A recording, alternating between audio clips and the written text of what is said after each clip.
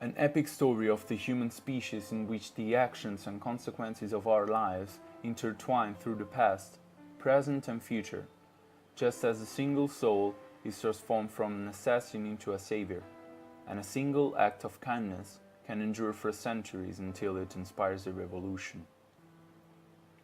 This is the official synopsis for Cloud Atlas, a 2012 film written and directed by the Wachowski brothers, who until that point had been best known for having thought up the Matrix trilogy. Tom Tykwer, a German director and screenwriter, was entrusted with the role of producer and co-director. The film was adapted from the novel of the same name written by the English author David Mitchell, who has seen 6 of his novels shortlisted for the Booker Prize. Since its inception, in 1968, this important prize has been awarded annually to the best novel written in English whose author resides in one of the Commonwealth nations, Ireland or Zimbabwe. Cloud Atlas has itself been shortlisted for 3 honors: the Nebula Award, the Arthur C. Clarke Award, and the aforementioned Booker Prize.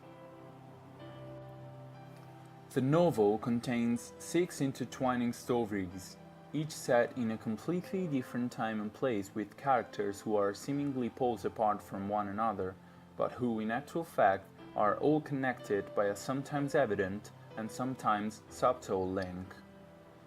The plots and single characters in one story have something in common with the following ones, causing them to overlap. The common identity linking characters is rarely made explicit, but it is always perceived. It's as if the writer wished to convey the message that each tale ends with a universal moral, similar to the one before, that transcends space and time. This feeling of interconnectivity is a recurring theme in the novel, and is mirrored by the film, where each story has the same cast of 5 or 6 actors portraying different characters.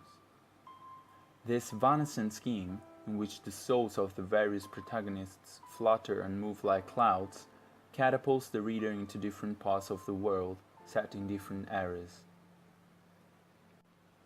Readers pass from the body of a 19th century American notary, who is placed on an island in the Pacific and witnesses the devastating effects of colonialism, to that of a young musician who worms his way into the life of a well-known Belgian composer living in the interwar period. From an intrepid journalist investigating the murder of an anti-nuclear scientist during the Cold War, to an English editor living in London in the 1980s, who is on the run from creditors. From an enslaved clone living in Korea in the near future right up to the dawn of the New World, immediately following the apocalypse, and its primitive, perplexed inhabitant. Each micro-universe within the novel is described in vivid detail and opens up scenarios that can be readapted to all different plot lines that it recounts, given the universal themes they represent, without ever losing sight of the narrative thread. The succession of events is extremely balanced, despite the contrasting genres of the vicissitudes, from the more intimate and perverse nature of each protagonist to the macroscopic description of entire nations being radically transformed due to international events.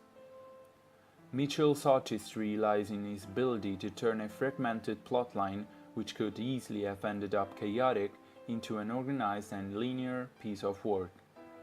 He achieved this through the use of Novel's guiding device, applied step by step, the story within a story.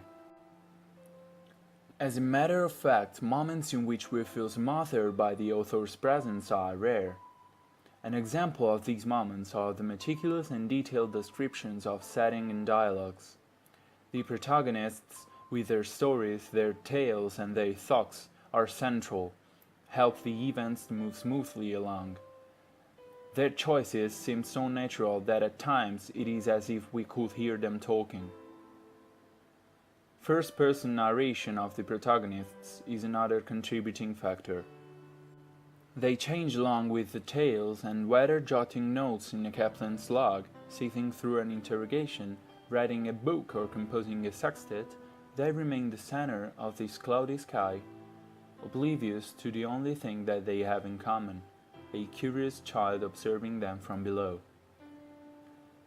The author's intention is clearly to make the readers to relate to that curious child who is unable to resist getting into the shoes of each protagonist and imagining new shapes in these clouds, which are in constant movement because they are as live and animate as the readers viewing them. The story begins in 1849 with the captain's log of Adam Ewing, an American lawyer from San Francisco who has traveled to the Chatham Islands in order to close a trade deal with the Reverend Giles Horrocks. Adam witnesses a Moriori slave by the name of Autua being whipped.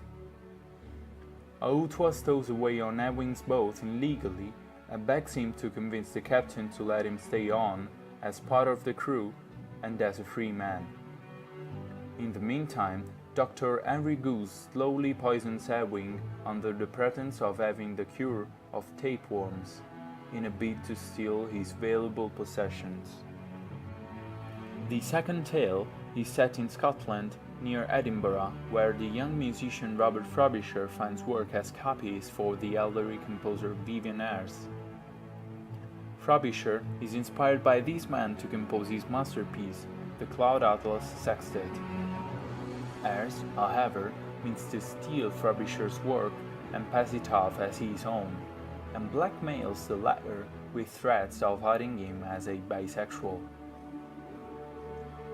The following tale is set in San Francisco. The reporter Louisa Ray meets an older Rufus Sixsmith who has become a nuclear physicist and is caught up in an inquiry over the rumored lack of safety of the new nuclear power plant managed by Lloyd Hooks. Before he is able to give Ray evidence against the power plant, Sixsmith is murdered by Bill Smoke, one of Hooks' hitmen. The main character of the fourth story is the elderly British editor, Timothy Cavendish.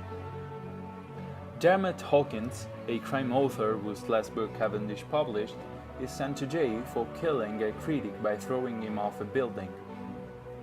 His book is a great hit.